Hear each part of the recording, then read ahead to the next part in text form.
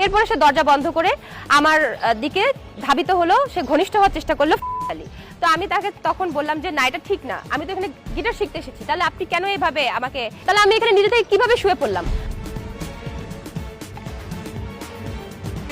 সে তো গিটার শেখায়, সে একজন সিঙ্গার। যারা জাহিদ অন্তু সম্পর্কে জানে তারা তো জানে যে সে অলরেডি ইয়াংস্টার থেকে শুরু করে ইন্ডিয়ান আইডল এগুলো থেকে সে ফার্স্ট হয়ে বা একটা ভালো পজিশন নিয়ে সে ফিরে এসেছে বাংলাদেশে।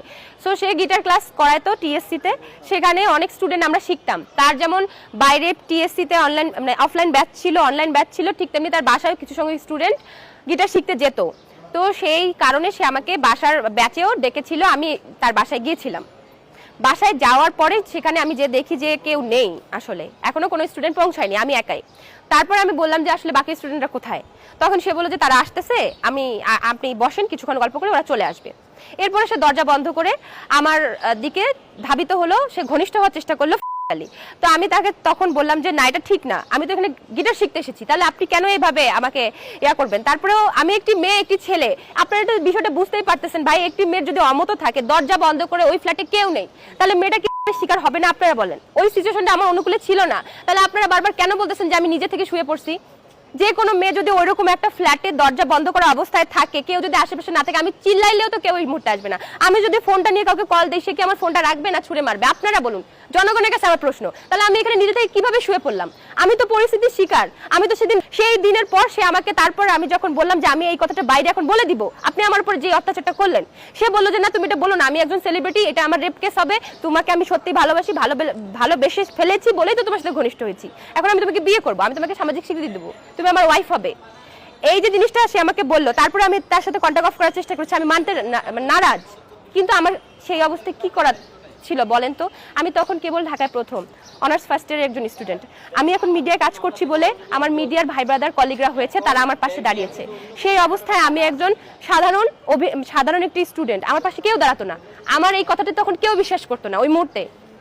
এবং আমার তো একটা লোক লজ্জার ভয় আছে, আমি তো আমার মা বাবা ভাই বোনদেরকে শ্রদ্ধা করি। আপনারা বলুন, ওই সময় আমি আমার মা বাবাদেরকে কিভাবে খুলে বলবো এই কথাটা, যে আমার টিচার আমার সাথে সুযোগে সদ্ব্যবহার নিয়ে আমার সাথে সম্পর্ক করেছে? আমি অনেক কারণে এই কথাটাতে ডিপ্রেসড থেকে আমি কিছু বলতে পারিনি ওই সময়। তারপর সে এটাকে ধামাচাপা দেওয়ার জন্য আমার সাথে প্রেমের অভিনয় করে। সে আমার ক্যাম্পাসের বাইরে দাঁড়ায় থাকে, সে আমাকে টেক্সট করে, সে আমাকে বারবার মেসেজ করে বলে আমি তোমাকে ভালোবাসি। তারপর আমি তাহলে এই মুহূর্তে আমার কি করা উচিত? এবং সেও একজন ইয়াং অবিবাহিত ছেলে, আমিও একজন ইয়াং অবিবাহিত মেয়ে। তো আমাদের মধ্যে প্রেমের সম্পর্কটা তখন হওয়াটা কি খুব অস্বাভাবিক কিছু? আপনাদের কাছে আমার প্রশ্ন। প্রেমের সম্পর্কটা সেভাবে তখন আমি প্রেশারাইজড হয়ে এবং তার এই সব কর্মকর্ম দেখে আমিও তার প্রতি দুর্বল হয়ে পড়ি এবং আমাদের একটা রিলেশন হয়। রিলেশন যাওয়ার পর তো আমি জানতে পারি যে সে আরো একাধিক নারীর সাথে এইসব কুকর্মের সাথে জড়িত। তখন আমি তাকে আবার জিজ্ঞেস করি, আপনি কি আমাকে বিয়ে করবেন? আপনি যে প্রতিশ্রুতি দিয়েছেন। সে তখন প্রতিশ্রুতি থেকে আবার পিছিয়ে পড়ে।